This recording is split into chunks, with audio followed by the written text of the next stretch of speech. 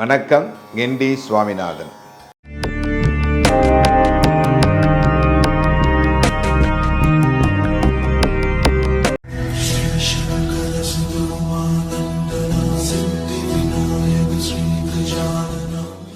செய்வமில்லையேல் சிவமில்லை, சிவமில்லையேல் செய்வமில்லை.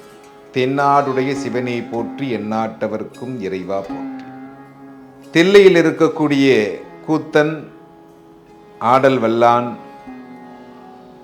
அந்த நடராஜ பெருமானை பற்றிய ஒரு சில தொகுப்புகளை நாம் தெரிந்து கொள்வோம். எல்லோரும் ஒன்று சேர 63 நாயன்மார்களும் வள்ளலார் உள்பட எதை நோக்கி சென்றார்கள்? சிதம்பரத்தை நோக்கி சென்றார்கள். சிதம்பரம்ங்கிறது ஒரு மாபெரும் ஒரு முக்கியமான இடம். ஊன் உடம்பு, உடம்பே கோயில் அப்படிங்கிற மாதிரி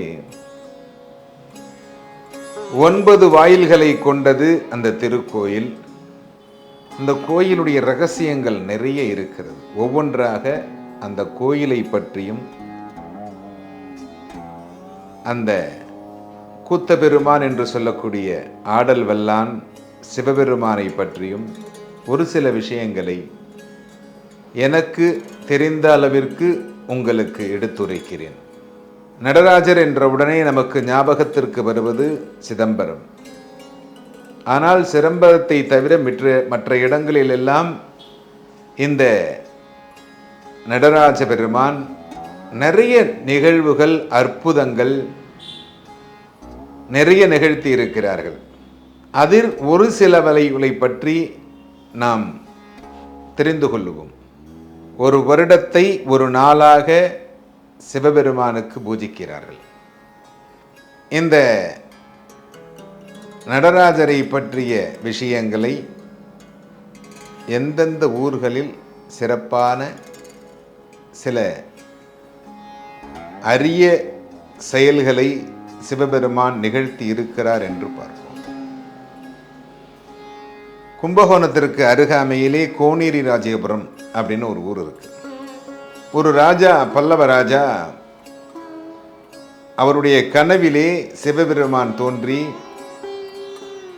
இந்த கோனேரி ராஜபுரத்தில் இருக்கக்கூடிய ஆலயத்திற்கு ஒரு அழகான நடராஜர் சிலையை செய்து தர வேண்டும் அப்படின்னு கேட்கிறார்.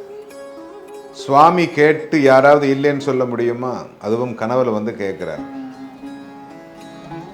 உடனே அரசர் அதற்கு உண்டான ஒரு நல்ல சிற்பியை தேர்ந்தெடுக்கிறார். இந்த சிற்பி அப்படின்னு சொன்னோனையுமே யார் அந்த வேலையை செய்யக்கூடியவர்கள் அப்படின்னா, அதாவது அந்த சிற்பிகள் அப்படின்னு சொன்னாக்க அவர்கள் வாழ்நாளில் நம்முடைய மதத்திற்காக, அதாவது இந்து சமயத்திற்காக வாழக்கூடியவர்கள் அப்படின்னு சொல்லலாம். ஏன் அப்படின்னா, ஒரு சிலை செய்கின்ற பொழுது அந்த சிலை நல்ல விதமாக வர வேண்டும் என்பதற்காகவும், அந்த சிலை எப்படி செய்ய வேண்டும், இந்த ஊர் அப்படின்னா இந்த ஊருக்கு எப்படி சிலை செய்யணும், எப்படி கோபுரம் கட்டணும், இதெல்லாம் சிற்ப சாஸ்திரம் இருக்கிறது. இந்த சிற்ப சாஸ்திரத்தின் மூலமாக அவர்கள் அதை அறிந்து அதற்கு பிறகு அவர்கள் அதை செய்வார்கள். அப்படிப்பட்ட சிற்பியை அழைத்து தங்கத்திலே, ஒரிஜினல் தங்கத்திலே ஒரு சிலை செய்ய வேண்டும். அவர் ஒத்துக்கிறார். சரி, ஓகே, சிலை செய்து தருகிறேன். 90 நாட்களில் ஒரு அருமையான சிலையை செய்து முடித்து விட வேண்டும் என்று கூறப்படுகிறது, கட்டளையிடப்படுகிறது. அவரும் அதை ஏற்றுக்கொண்டு அந்த திருக்கோயிலுக்கு அருகாமையிலேயே, கும்பகோணம் பார்த்தீங்கன்னாக்க இந்த சிலை செய்வதில் வல்லவர்கள் அங்கே அதிகமாக இருப்பார்கள். அதுக்கு காரணம் என்ன அப்படின்னா, அந்த காவேரியில் வரக்கூடிய வண்டல் மண், அந்த மண்ணில் தான் முதல்ல மாடல் செய்வாங்க. மாடல் செஞ்சு அதை காமிச்சு அது ஓகே ஆனதுக்கப்புறம் தான் சிலை செய்ய ஆரம்பிப்பாங்க. அந்த வண்டல் மண்ணில் தான் அவங்க வந்து மோல்டு எடுப்பாங்க.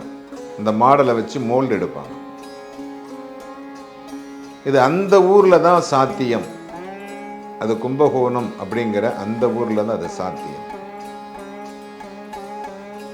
அவரும் உடனே அந்த மாடல் செஞ்சு பார்த்துட்டு உடனே அதுக்கு சிலை செய்வதற்காக ஏற்பாடு செய்கிறார். அதை தொடங்கிய பிறகுதான் தெரிகிறது இந்த சிலை செய்வது அவ்வளவு எளிதானது அல்ல. ஏன்னா இப்போ பார்த்தீங்கன்னா ப்ரெஷர் மிஷின்லாம் இருக்கு. ஒரு ஒரு இதில் உள்ளார ஏதாவது ஊற்றி அதை ஃபில் பண்ணணும் அப்படின்னா ப்ரெஷர் மிஷினை வச்சு அடிச்சிங்கனாக்கா அது உள்ளார போய் ஃபுல்லாக செட்ரேட் ஆகிடும். ஒன்னே டக்குன்னு அதுவே லாக் ஆகிடும். அப்போ அந்த மாதிரியான உபகரணங்கள்லாம் கிடையாது. பஞ்சலோக சிலை, பஞ்சலோகம் காய்ச்சி வச்சுருப்பாங்க. இந்த மோல்டை எடுத்து வச்சு அதில் ஊற்றுவாங்க. ஊற்றி ஓப்பன் பண்ணி பார்க்குற பொழுது அந்த சிலையில் ஏதாவது பின்னம் ஏற்பட்டிருந்தால் அந்த சிலை மீண்டும் உருக்கப்படும். இதுதான் ப்ரொசீஜர். இவரும் வந்து தினமும் ஒரு மாடல் எடுக்கிறாரு, சிலை செய்கிறாரு, அதில் பின்னம் ஏற்படுகிறது, மீண்டும் சிலை செய்கிறார். அப்படியே போய்கிட்டு இருக்கு. இந்த சிலை முழுமை பெறவில்லை. நாட்கள் உருண்டு ஓடுகிறது. 90 நாட்களை நெருங்கி விட்டது. 85 நாள் ஆகிப்போச்சு.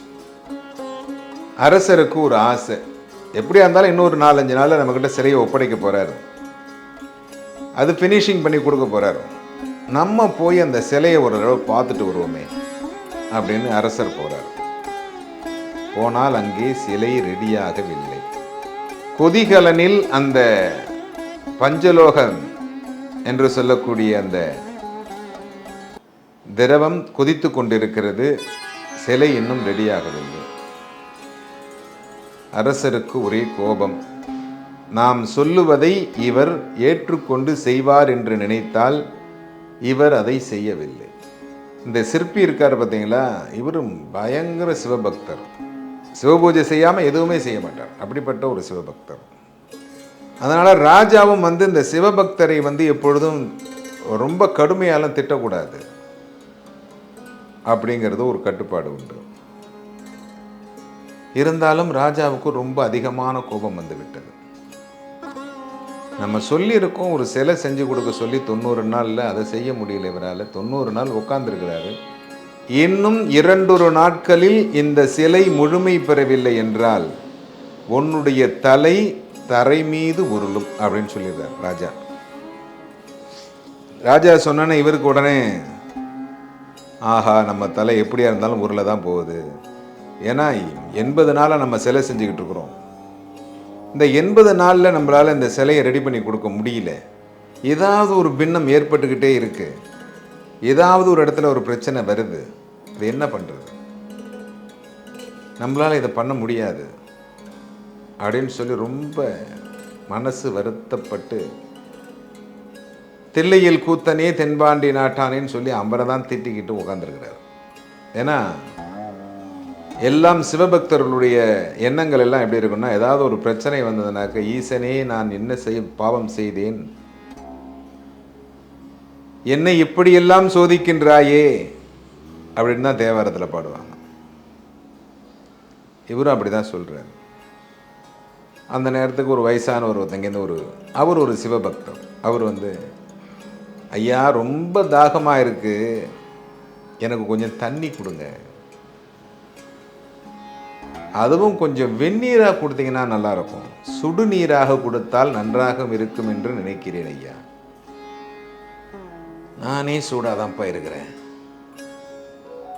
இன்னும் 2 நாட்களில் என்னுடைய தலை தரையில் உருளப் போகிறது. இவர் வந்து என்னிடத்தில் சூடு நீர் கேட்கிறார் அப்படின்னு நினச்சிக்கிட்டு இந்த சிவபக்தர்கிட்ட இந்த சிற்பி சொல்றார், உள்ளே சென்று பாருங்கள், அங்கே கொதிகலனில் கொதித்து கொண்டிருக்கிறது, எடுத்து அருந்துங்கள் என்று சொல்லுகிறார். உள்ளார கொதிச்சுக்கிட்டு இருக்கிறது பஞ்சலோக திராவம். அது பஞ்சலோகம். அது எல்லாத்தையும் கொதிக்க வச்சிருக்கிறார். இவரை உடனே இந்த சிவபக்தர் உள்ளார போறார். ஒரு கப்பை எடுத்து அதை எடுத்து குடிக்கிறார். குடித்த உடனே அவர் சிலையாக மாறிவிடுகிறார். அந்த சிவபக்தர் சிலையாக மாறிவிடுகிறார். இந்த சிற்பி என்ன பண்றார்? கொஞ்ச நேரம் கழிச்சு, உள்ளார போனவர் இன்னும் காணுமே, என்ன ஆனான்னு தெரியலையே, நம்ம வேற கோபத்தில் இவர்கிட்ட போய் எடுத்து குடின்னு சொல்லிட்டோமே, போனவர் என்ன ஆனான்னு தெரியல. உள்ளார போய் பார்க்கிறார், ஒரு சிலை இருக்கிறது. அந்த சிலையிலே மார்பகத்திலே ஒரு மரு என்று சொல்லக்கூடிய அந்த மரு இருக்கிறது. அதில் ஒரு முடி இருக்கிறது.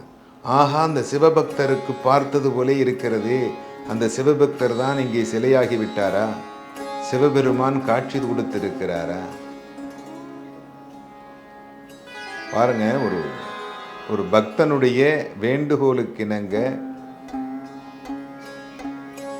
தானே சிலையாக வந்ததுதான் இந்த கோனேரி ராஜபுரத்தினுடைய நடராஜர்.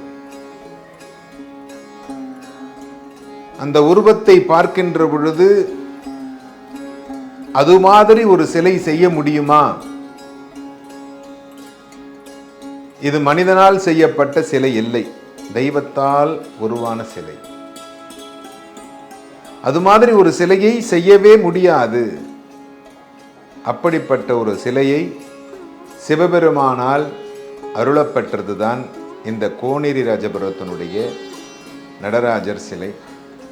அரசர் உடனே அந்த சிலையை பார்த்து, மிகவும் நேர்த்தியாகவும் அழகாகவும் இருக்கிறது, இதை கோனேரி ராஜபுரம் என்று சொல்லக்கூடிய அந்த திருத்தலத்தில் இந்த சிலையை பிரதிஷ்டை செய்து அன்றைய தினம் முதல் இன்றைய தினம் வரையிலும் அந்த சிலை அங்கே இருந்து அங்கே வரக்கூடிய அனைத்து மக்களுக்கும் அருள்பாலித்து கொண்டிருக்கிறார் தில்லை கூத்தனாக இருக்கக்கூடிய சிவபெருமான். நீங்கள் என்றாவது ஒரு நாள் அந்த கும்பகோணத்திற்கு சென்றால் அந்த கோனேரி ராஜபுரம் இருக்கக்கூடிய அந்த இடத்தில் இந்த நடராஜரை தரிசனம் செய்து